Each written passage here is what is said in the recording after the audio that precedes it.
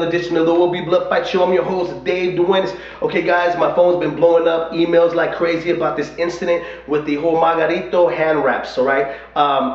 I didn't want to make a vid before because the fact is I don't like accusing anybody of something that we don't even have facts about, and we still don't. They've been suspended in the morning, but the key word is they've been suspended for a further investigation, meaning there is not a verdict there of guilty. So we got to still take a step back. Now, guys are asking me what is my opinion about it. Well, my opinion is this: if he did it, bro, why would you do something like that? Okay, to try to conflict bodily harm on somebody for permanent damage is not even cool. Okay, you guys are already in it. This is a fight game already where you have to conflict bodily harm on somebody to get a victory over them. But to try to conflict bodily harm when you can permanently damage them, when these guys have families and all they're trying to do is get a paycheck, it's not even right. But like I said, I don't want to be accusing anybody and put the stake in their hand before we even know what the real verdict is, okay? It's just like when a police officer pulls over a bunch of guys that are not, of white descent, it's just wrong. We don't do it, you know what I'm saying? It's just not some.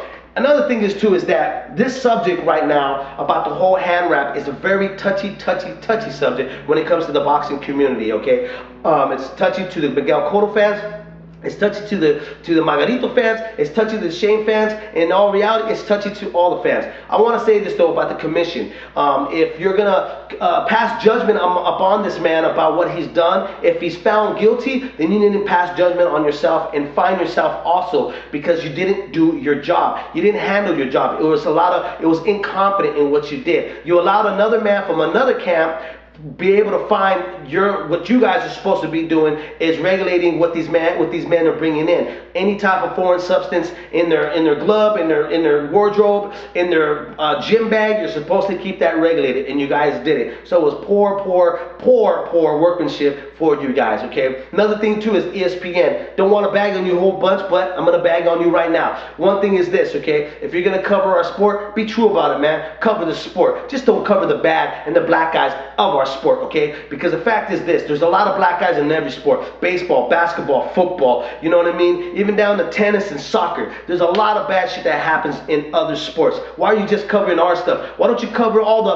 uprising stars in our sports? Why don't you cover the big main events in our sports, or the fight of the years in our sport? Why only cover what you feel is big news? That's BS to me, okay? Okay, now let's get back into this. Whenever you have any type of speculations or accusations, everybody's going to come out of the woodworks. It happened in 2001, and you think of a fighter by the name of Tito Trinidad. When Tito Trinidad, who was also found by the same man, Nassim Richards, there was some foreign substance in, or actually his hand wrap to enhance power and his punching power against Bernard Hopkins, there was a lot of people that came out of the woodworks, which was the Fernando Vargas. They were like, that's why he beat our guy. The same thing now happening with Antonio Margarito. We got all the Miguel Cotto fans coming out of the woodwork saying, oh, that's why he beat my man. Well, like I said, let's not jump on that wagon yet of accusing him. Now, I did, talk to a friend of mine that's a Miguel Cotto fan, and he hit me up and said, D, do you think that this helped him out in any way? I said, of course. Anytime you have anything that has any type of foreign substance in your hand or anything, it's going to help you out. Now, whether this man did this or not, it's not even right, man, if he did, okay? Because you could have permanently damaged Miguel Cotto. This is a young, strong, and very humble guy, okay? A guy that we need in our sport. A likable person, okay? Now, this, though, like I told him, and I'm going to tell you now, but did it help him? Did it help having anything in his hand to help out his job? No, it didn't. Now, we got to remember this too. Miguel Cotto had a suspect chin. It was, it's always been a question mark around his chin. He got rocked with Zab Judah, who's not a true 147-pounder. He got rocked with Sugar Shane Mosley. He got rocked with Chop Chop Corley, who's not a big puncher. So his chin has always been a little subject. Now, whether the outcome would have been different, it probably could have, but we don't know that. You know what I'm saying? It's just the same thing like saying, well, do you think the original date would have stayed with Tito Trinidad and Bernard Hopkins? The outcome could have been different. different? Probably, but we don't know that because it never happened. Do you think that the 12 rounds, if it would have been moved up to 15 rounds with Sugar Ray Leonard and Marvin Hagler, could have been different? It could have, but it didn't happen, did it? You know, there's so many things. You know, Alexis Gregorio and Aaron Pryor, if they would have took it away that bottle, you think the fight could have been out different? Of course, but we don't know. The ifs and the ands are always going to be there when you have controversy looming around it. Okay, now.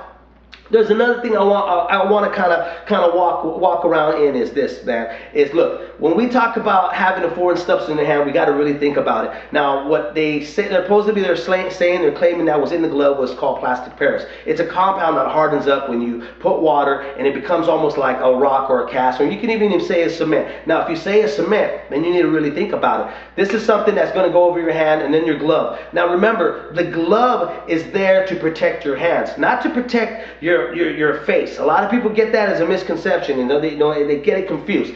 It's there to protect your hands. That's why you wear gloves. Now, if you have a compound that hardens up, like almost like a cement, and you're hitting somebody's face, it's a hard surface, you're gonna damage your hand. They're gonna break your hand. After so many times throwing these punches, you got to think about it. It's going to damage your hand, even if you have gauze on there, okay? Gauze is not going to protect. Go put a bunch of gauze in your hand, okay, and go get that compound and put that compound over your knuckles and go punch a wall, sheetrock wall, and it's going to hurt your hand. Go punch a heavy bag, and it's going to hurt your hand. Trust me, okay? Now, think about it. Now, I started thinking about that. I'm like, so how could we accuse him of this? If he was using this substance, how could he have gotten away with it? Well, I'll tell you how he could have gotten away with it. Could have put it in the palm of his hand. What it does, it creates your hands to be heavy. So when you hit, your hands are much, much heavier. Okay? Now, if you get brass knuckles, notice the brass knuckles have a guard. Okay, and it's a palm guard, and what that does, that palm guard sits right in the palm of your hand, and then you have your brass knuckles, and what that does, it protects your hand so that when you hit whatever you're going to hit, the impact doesn't crush in your fingers or your wrist. So that's the only way I can think that he's doing. If he is guilty, that's what he was using it for. Now, it also takes me back to thinking about this. Remember this, guys, that he did not want to sign with the Sugar Shane Mosley fight. It took him 3 or 4 times to kind of think about it, okay? So to automatically accuse him of saying he used it for Miguel Cotto, and some people say, like, I don't think he used it. Well, it might be there might be some truth to that, okay? And I'm going to tell you why. Maybe thinking, you know what, he saw something that we all obviously didn't see. Now, remember, these are only assumptions, okay? Meaning this, is that he saw something with Sugar Shane Mosley that a lot of us didn't, well, we did see, but didn't want to admit. One is that he's a badass dude. 2 is he's never been knocked out pro or amateur. So he felt, maybe I need something to help me out to be the first man ever to knock out Sugar Shane Mosley. But like I said, these are all assumptions, okay? We cannot put the nail through the man's hand on the stake just yet. The investigation is still going on, okay? You know, like I said, this is a very, very, very touchy subject, okay? I do not commend anybody to try to do something to use bodily harm on somebody like that. It's something that, you know, I'll give you another thing. The guy calls me up and says, yo, D, why is everybody bagging on this dude if he did do this when Sugar Shane Mosley used Balco in his system for the Oscar De La Hoya fight? Well, I'll tell you why. Because Sugar Shane Mosley did not beat the shit out of Oscar De La Hoya the way Margarito did against Miguel Cotto. See, it's forgivable with Sugar Shane Mosley because he didn't look that great fighting Oscar. It was a questionable win for him. Where Margarito was a clear win for him. He literally demolished Miguel Cotto. Where we can now say if he doesn't come back, that's the reason why. You see what I'm saying? Now, that is the difference. That if whatever he did to try to get an edge in punching power, it cannot be forgiven. You cannot forgive that. Now, do I say if he is found guilty, should he be banned for the rest of his life in boxing? No, because any man that, I'm not, look, yeah, of course you need to fine him, of course you need to punish him, but it's got to be severe. You know what I mean? But you can't ban the man forever, I don't think, you know what I'm saying? But I'll tell you this, fans from all over the world are going to be always questioning him every time he steps into the ring. Just like Sugar Shane Mosley is always they're questioning him when he gets in the ring. The rumor already has been thrown out that he was on steroids in that fight. Okay? Now, Like I said, this is a touchy subject. A lot of folks are not gonna like what I'm gonna say, but I'm saying it anyways. Okay. Now we even got vids where there's a guy out there saying that he was on a substance right now that helped him out, you know, and et cetera, et cetera, et cetera. Guys, really, even the hand wraps, and we're talking about this. Everybody's focusing on a hand wrap, and nobody's focusing on his victory. This was the best Sugar Shane Mosley ever. This was the best performance in his life. I would rate it better than what he did against Oscar De La Hoya the first time they met in the Staples. If ever Golden Boy needed a spectacular win to put him on their map of boxing, Sugar Shane Mosley did it. He was the Golden Boy. Like I said, man, you know, this is a touchy subject for a lot of guys. But I don't want to go off and start saying that this man did it because we don't know. It's under investigation.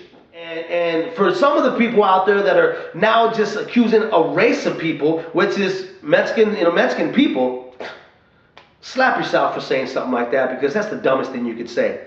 You know what I'm saying? It shouldn't even come across your mind. Don't judge one individual and crucify a whole nationality. Like I said, man, this is a touchy subject. I'm your host, Dave Duenas. This was another edition of the Will Be Blood Fight Show.